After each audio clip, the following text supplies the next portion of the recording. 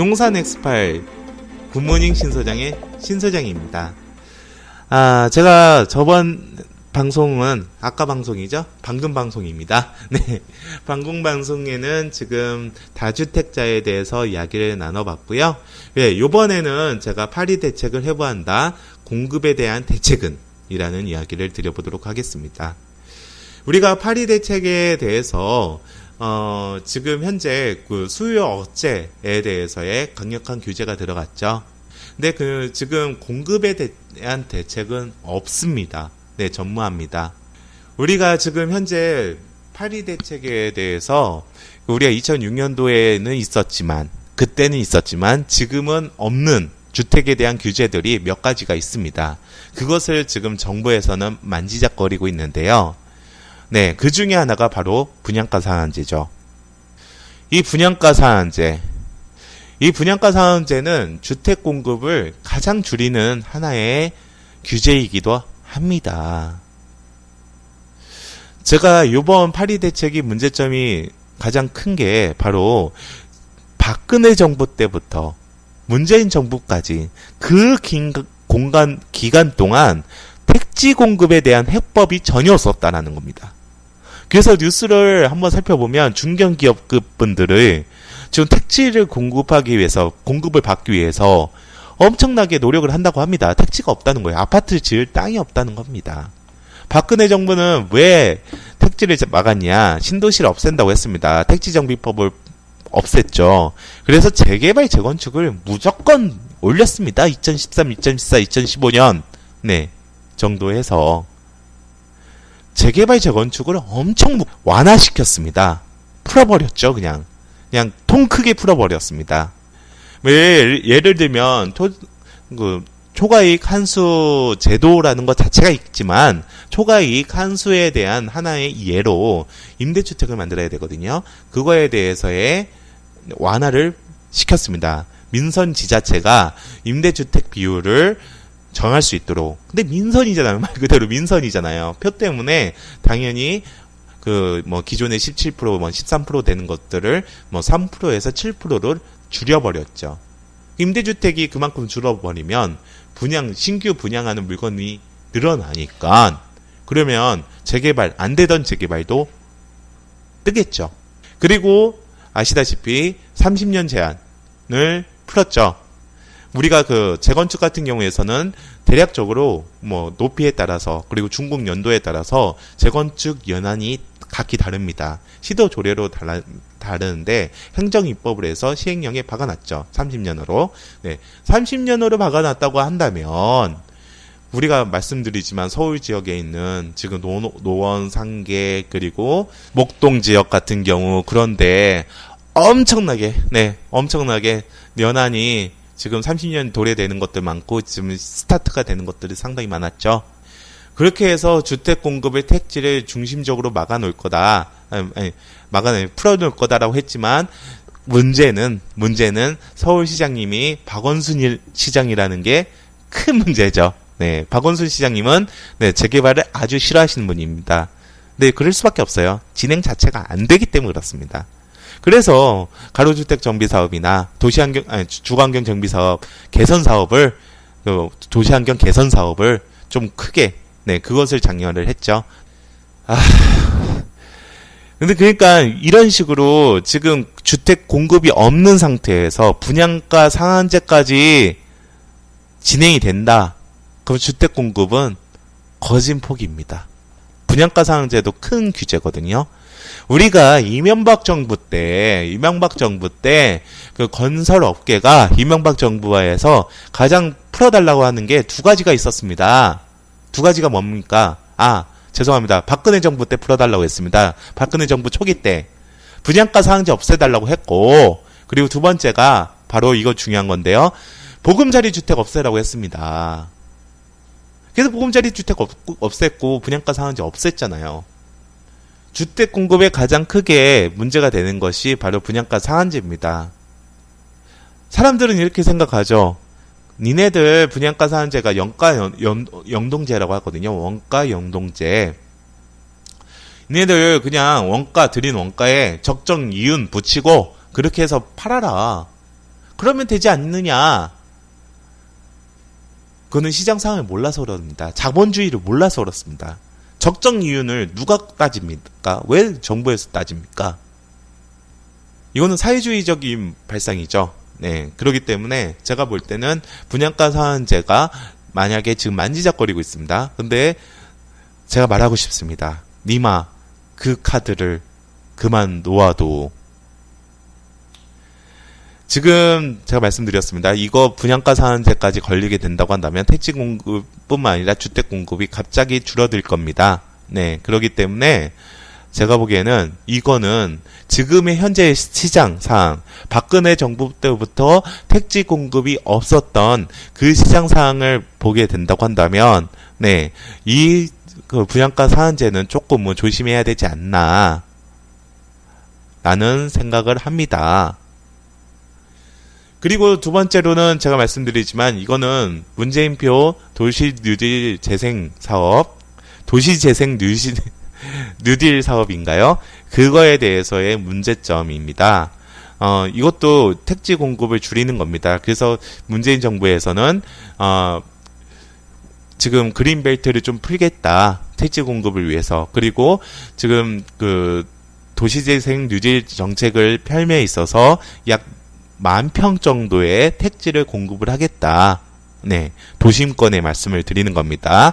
네, 택지를 10,000평 정도로 진행을 하겠다. 10,000평이라면 그렇게 큰 평수는 아닙니다. 일반적으로 재개발 지역의 한 구역이 40,000평에서 50,000평 정도 되거든요. 물론 30,000평짜리도 있고 그 미만짜리도 있지만 10,000평이라면 사업성이 안 나오는 곳이다. 라는 그런 그 협소한 공간이기도 하죠.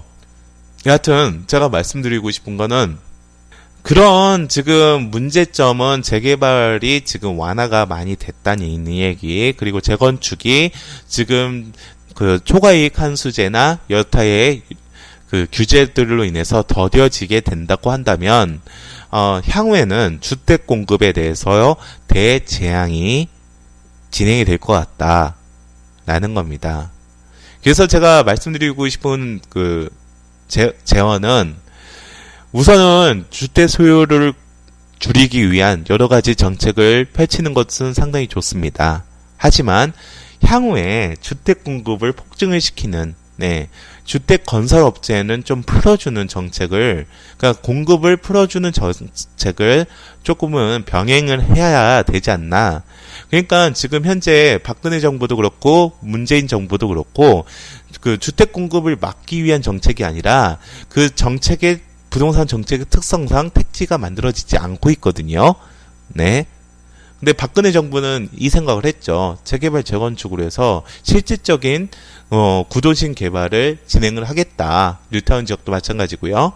근데 그것을 문재인 정부에서는 막아놓은 겁니다. 왜요? 진행이 안 되기 때문에 그렇죠. 그리고 뽀개고 올리는 게 지금 이것도 이념적인 건데 안 좋아 보이는 거예요. 네, 그거는 제가 보기에는 좀 안 좋은 그 시각인 것 같긴 한데, 그렇기 때문에 그렇게 재개발 재건축을 막는 분위기가 진행이 됩니다. 실질적으로 정비구역에, 서울 지역의 정비구역의 반이 사라졌죠. 네, 박원순 시장님의 작품입니다. 그렇기 때문에 나중에는 진짜 주택 공급에 재앙이 초래가 될 수도 있다라는 겁니다. 그렇기 때문에 실질적으로 그 부동산 정책엔 수요 억제만 있는 게 아니라 공급 물량을 늘리는 정책도 필요하다라는 이야기를 합니다.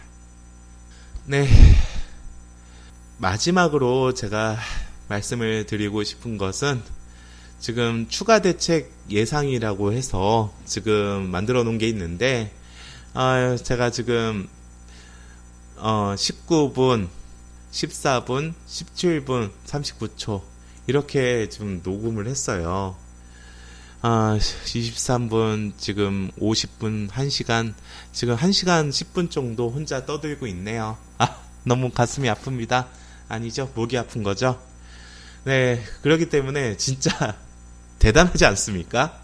제가 지금 이건 있어요. 지금 제가 말해야겠다라는 거를 조금 이렇게 적어 놓긴 했어요. 약 한 10줄 정도 적어 놨는데 그거에 대해서 1시간 20분 동안 주구장창 떠들었다는 게 제 자신이 너무 대단한 것 같아요. 근데 들으시는 여러분이 어느 정도 어떻게 될지 좀 좋게 들어주셨으면 감사하겠는데, 우선은 마지막에 지금 파리 대책 이후에서 조금 더 생각을 해야 될 수 있는 추가되는 대책의 예상을 한번 해본다고 한다면, 우선은 분양가 상한제, 네, 이거는 만지작거리고 있죠.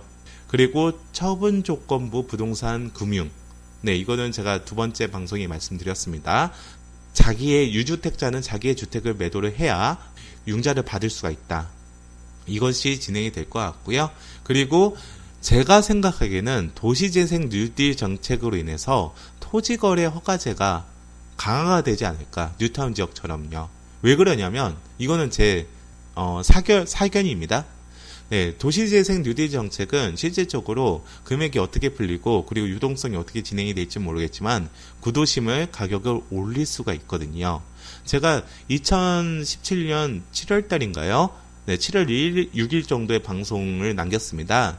다세대 주택이나 그리고 다가구 주택이 가격이 오를 거다라고 했는데 2017년 7월 20일경에 많은 뉴스에서 지금 가격이 오르고 있다. 뉴딜 정책으로 인해서 가격이 오르고 있다라고 했는데 지금은 가격이 지금 스톱이 됐을 거예요. 네, 스톱이 될 건데 제가 보기에는 늘상 말하는 대규모 택지에 혹은 강남 재건축도 포함해서 그리고 대규모 아파트 단지들이 오를 거다라는 세 가지는 이루어질 거다. 네, 지금 시장임에도 불구하고 지금 3년, 빠르면 늦어도 3년 네, 안에는 당연히 오를 거다라는 것을 항상 주장을 합니다. 제 방송, 우리 방송이니까 제가 주장하는 거죠. 네. 그렇기 때문에 제가 보기에는 이 도시재생 뉴딜 정책으로 인해서 다세대 가격이 지금은 꺾였겠지만 만약에 또 뜨게 된다고 한다면 토지거래 허가를 크게 강화를 시키지 않을까. 뉴타운 지역처럼 그렇게 보여질 것 같고요. 그리고 상가임대차보호법, 주택임대차보호법에 대해서 간단하게 얘기를 드려보겠습니다. 이번 정책으로 인해서 지금 문재인 정부가 처음 초기에 진행이 됐을 때, 초기에 나왔을 때 상가 세입자, 주택임대차의 세입자의 주거권을 보장을 해준다고 했거든요. 이거에 대해서 저는 조금 문제가 큽니다. 우리가 도시개발 사업도 마찬가지예요. 그리고 도정법, 도시 및 주거환경 정비 법령을 보면 이게 나와 있어요. 우리가 이전을 할 수 있게, 네, 예를 들면 재개발 절차를 우리가 볼 때 이전을 하잖아요. 네, 이전을 하고 퇴거를 할 때 세입자가 만기가 2년 동안 우리가 보장을 해줘야 되잖아요. 주택임대차보호법 같은 경우에서는. 근데 2년을 보장을 안 할 수가 있습니다. 주택임대차보호법은 편면적 강행 규정이네, 세입자가 불리한 조항은 다 무효네, 그런 얘기를 하잖아요. 근데 도정법에 2주를 해야 철거를 하잖아요. 네, 그러면 진행이 웬만큼 다 된 거죠. 그 지역에서 세입자가 나는 2년 동안 살 수 있어 라고 주장을 할 수가 없는 겁니다. 그러니까 그거를 또 상리로 보는 거죠. 그러면 법리를 볼 때, 법적 실익을 볼 때 주거환경 개선을 일반 세입자의 주거권을 보다 더 크게 본다는 거죠.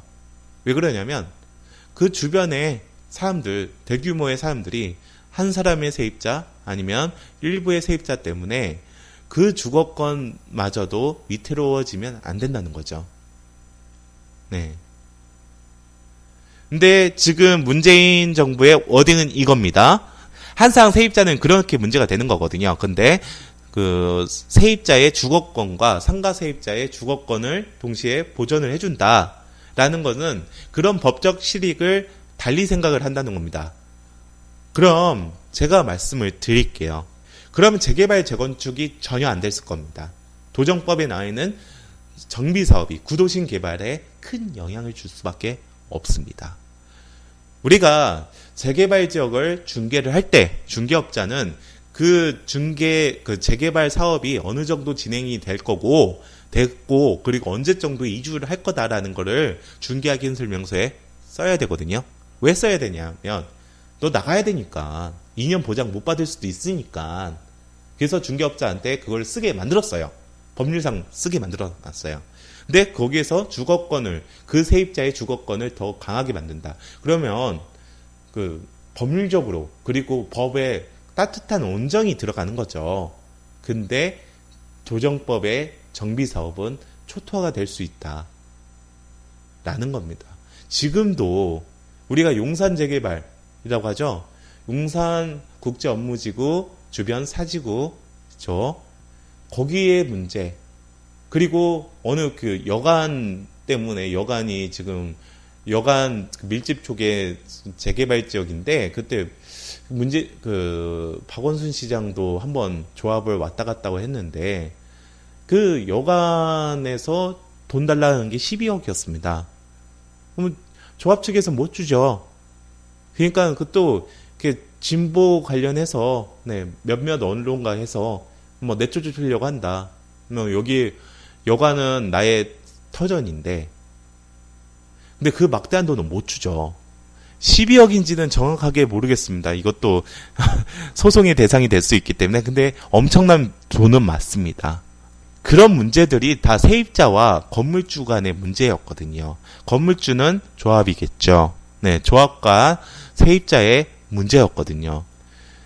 근데 거기에서 주거권 그리고 상호권을 더 강화를 시킨다고 한다면 대재개발, 재건축도 안 된다라는 이야기를 드리고 싶어요.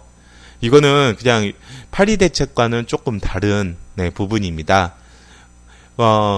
그리고 제가 한 가지 말씀드리고 싶은 거는 그 주택임대차 보호법 지금 개정이 들어갈 겁니다.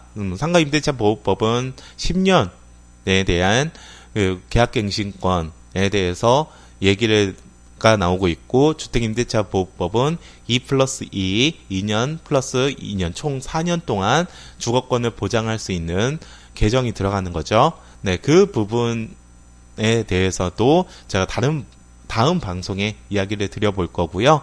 그리고 이런 것들이 그대로 가고, 그리고 우리가 그 주택의 정비에 대해서 도시환경 정비나 주거환경 내 정비보다 이런 세입자의 주거권을 더 우선시한다면 이제는 택지 공급, 재개발, 재건축, 정비 사업은 문제점이 크다.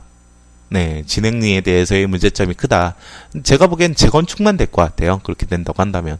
재개발은 아예 그냥 진행이 안 되겠고, 도시환경 정비 사업은 더 진행이 안 되겠죠. 용산 재개발이 도시환경 정비 사업이었거든요. 네, 거기는 또 권리금도 많은데 그 세입자를 내쫓아야 되는데 그 권리금 문제거든요. 항상 그런 것들은. 제가 그 여관 얘기도 마찬가지고. 네, 오늘은 여기까지 말씀드렸습니다. 네, 부동산 엑스파일 오늘은 스트레이트 방송, 원테이크 방송을 드디어 끝을 맺혔습니다. 여러분에게 도움이 됐었으면 좋겠네요. 부동산 엑스파일 국민인 신소장의 신소장이었습니다. 여러분 감사합니다.